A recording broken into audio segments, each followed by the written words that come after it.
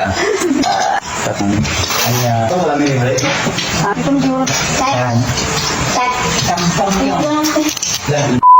Hey yo, what's up mga quiz? Kamusta kayong lahat? Ako ulit ito ang pamangkin ng aking tito. My name is Aliyah and welcome sa panibago naming food vlog or mas ikatatawaging mukbang. Tara at saluhan ninyo kaming kumain at hoping na may kinakainin kayo para happy lang. Let's go! So nag-prepare po kami ng pangsangyup namin. Meron kaming grilled pork, kimchi, toyo na may mantika ng baboy, garlic na binabad namin sa mantika ng baboy with salt and pepper. Meron din kaming cheese para sa aming pang dip. May Korean noodles din kami with onion leeks, eggs, and enoki mushroom. At dahil kararating na ng papa ko galing work at ilang araw din kami hindi nagkita kasi medyo malayo ang pinagtatrabuhan niya dito sa amin. Nagpa-deep fry sila ng hito mga quiz. Sobrang sarap niyan mga quiz. May ibang tao na hindi kumain ng hito pero kami, paborito namin yan. Kahit palagdan lang yan ng gata at maraming sili quiz, solve na kami dyan. Mas prefer talaga namin ang gatong klase ng lettuce, yung leaf lettuce kaysa dun sa iceberg. Yung kimchi namin quiz ay hindi homemade, bumili lang kami. Gusto sana namin gumawa ng kimchi for consumption at pang negosyo na rin. Pero dito sa amin, medyo mahal ang cost of living kaya bumibili na lang kami pas makalas ka pa. Pero mas okay din sana kung gagawa kami para din pang negosyo. Ang mga kasama pala namin kumain mga quiz ay yung papa ko, mama ko, lola namin, mga kapatid ko na sila Daniel, Joseph, DJ for short, Davy at Abigail. Syempre mawawala ba si quiz? Ha, yung tito ko syempre nung nakasando at ako yung naka-neon green. Nakakulay ng lettuce mga quiz, unahan ko na kayo, lol. Share lang namin mga quiz, sa paggawa pala ng sangyup cheese dip ay gumamit lang kami ng 4 na ingredients.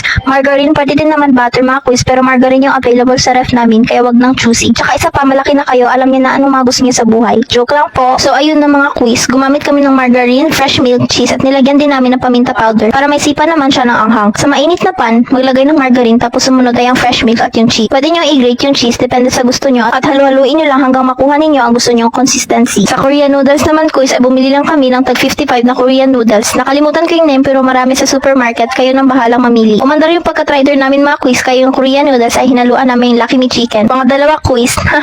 Kasi marami pala kami kakain at di kasya yung Korean noodles lang yung lutuin namin. Pero masarap siya mga quiz, walang halong eme. Nilagyan pa namin yun ng onion leeks at enoki mushroom at nilagyan konti ng chili flakes para may sipa na rin siya ng anghang. Yung pork namin mga quiz ay niluto namin siya nung kagaya sa mga samgyupsal na restaurant. Pero ang kaibahan nga lang ay low cost samgyup kami kaya sa uling namin siya niluto pero nilagyan namin ng foil. Papakita namin sa separate video or sa reels kung paano namin siya niluto. Kasi kapag dito pa baka sobrang taas na ng video na ito at wala na kaming masabi. Charing lang. Yung crispy deep fried hito namin mga quiz ay pinaluto lang namin sa kaibigan ng papa ko. Tatlo yan lahat mga quiz. Sobrang sarap. Madali lang siya maluto at may free delivery pa sila. Napaka-convenient talaga. Saan ka pa? Sobrang saya talaga no kapag marami at sabay-sabay kayong kumain mag-anak. Tapos nagkukwentuhan at nagtatawanan. Napaka-priceless kapag mga ganyan quiz.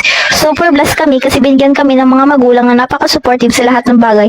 Di man kami mayaman pero busog na busog kami sa pagmamahal, pag-aaruga at suporta na binibigay nila sa amin. Ano ba to? Vlog ko ba to or vlog ng tito ko? Haha, share ko lang naman quiz. Saan siya na nga pala quiz kung may iyak na bata kayo naririnig. Sa kapitbahay namin yan, naiyak na iyak sumisigaw pa. Pero hayaan niya na, bata lang naman yan na walang kamalay-malay. Siguro naiinitan lang siya kasi brown out dito sa amin ngayon kaya ganon. Back to the video mga quiz, na addict na rin ba kayo sa samgyupsal? Ang sarap kasi no? Tapos lalo na kung may side dishes pa siya. Dito kasi sa amin wala pang restaurant ng samgyupsal. Buti na lang nandito si Tito at nakapag-samgyupsal kami dito sa bahay. Masarap din ang hito quiz, i-dip sa cheese na ginawa namin. Yung kimchi ay masarap din. Yan daw palagi ng kimchi ang binibili ni Tito kasi paborito niya daw yan. Yung Korean noodles ay iba-iba daw siya nung binibili para naman daw ma-experience niya yung iba at wala siyang paborito sa mga yon. Kasi 90% ng mga natikman niya ay masasarap daw talaga. Iba kasi si Tito magluto ng Korean noodles mga quiz kasi dinadagdagan niya pa ito ng mga iba pang mga ingredients. Di lang yung powder ang nilalagyan niya. Minsan may squid ball, crab meat, pechay, mushroom, onion leek at kung ano pa, depende kung anong available sa ref. Sa bandang dito na video mga quiz ay busog na yan si Tito at may balak na yung tumigil sa pagkain. Pero di ako titigil hanggang di ko yan nauubos lahat. Charing lang, haha. Quiz, nakarating ka na rin ba sa parte ng video na ito? At salamat sa time sa panonood ng video namin. Sagarin mo na lang quiz sa pag-like ng video na ito, sharing this video at mag-follow na rin kayo quiz para swertihin tayong lahat. See you sa next food vlog activity ng mga quiz. God bless us all. Bye! Last na lang pala mga quiz, yung lalaki ng kasombrero na red, yun pala yung papa ko. Flex ko lang kasi Father's Day ngayon, June 18, 2023. Happy Father's Day sa lahat ng magiging ama dyan at para na rin sa mga single mom na naging ama rin sa kanilang mga anak. At lastly, sa aking papa sa lahat ng sakripisyo. Kasama na rin kina lolo. Salamat po. Feeling ko vlog ko na to.